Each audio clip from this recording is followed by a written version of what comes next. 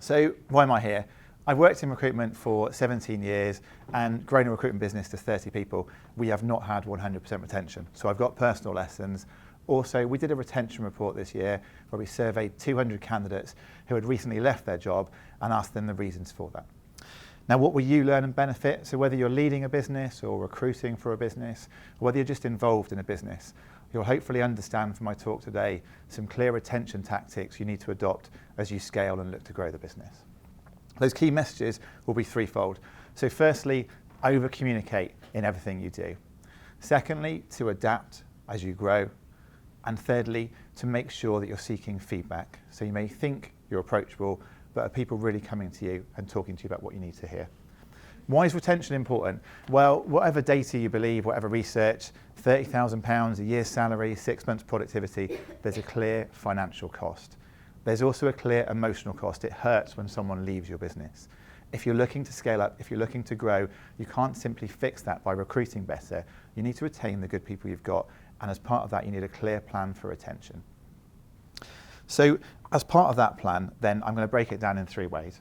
So I'm going to talk to you about what you can start doing, what you can stop doing, and what you need to keep on doing. And the first thing to start doing is measuring retention.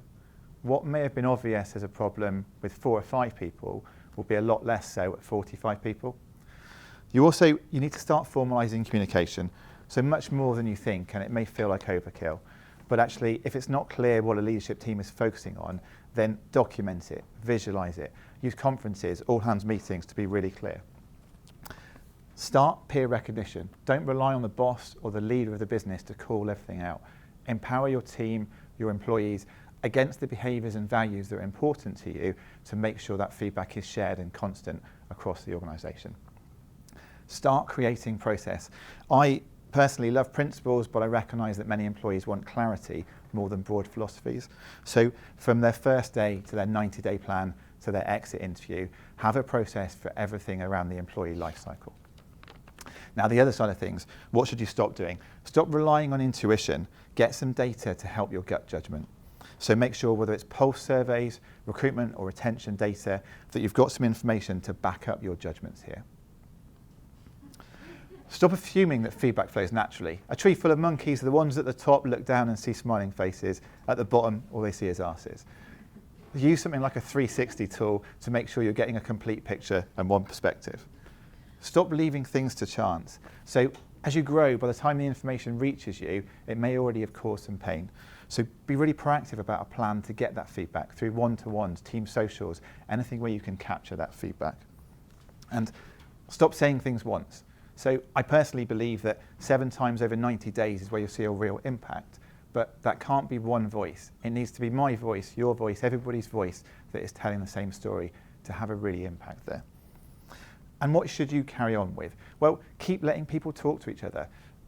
Don't use a tech tool like Slack to replace the face-to-face interaction. So whether it's lunch and learns, whether it's employee socials, whether it's actually hot desking and charity cake bakes, make sure there's personal contact within the business. Keep talking about the strategy. So what was obvious as a focus for a 5-person business needs some tools and systems to communicate what a 50-person business is focusing on. Personally, we use OKRs as a way to communicate, but hopefully you can find your own tool. Keep being agile. So a bigger business needs to change and adapt. Otherwise, you'll quickly fall into, this is always how we've done things around here, and that won't lead to success in my experience. And keep onboarding well. So just because the leader of the business is no longer doing that first day induction, the good process doesn't need to go away with them. So have a really clear story from that first day and even before that everybody knows their part in playing and telling. Enough of my advice. Going back to that retention report, what did our candidates say? So when asked the key reason they left the business, 80% said culture and management, 77% said lack of career progression, compared to only 66% saying salary. So hopefully what you've taken, that the key to retention really is that culture is king. And that key message again, so threefold: over-communicate, and as part of that, vary the communication. Seek feedback, make sure it's two-way and followed up by action, and adapt as you grow. Innovate or you'll quite quickly get left behind. In terms of another takeaway, it's to have a plan for retention just like you would do for recruitment. Accept that everybody will leave your business one day, but don't accept you can't improve your retention. So learn from today and have a better plan for retention tomorrow.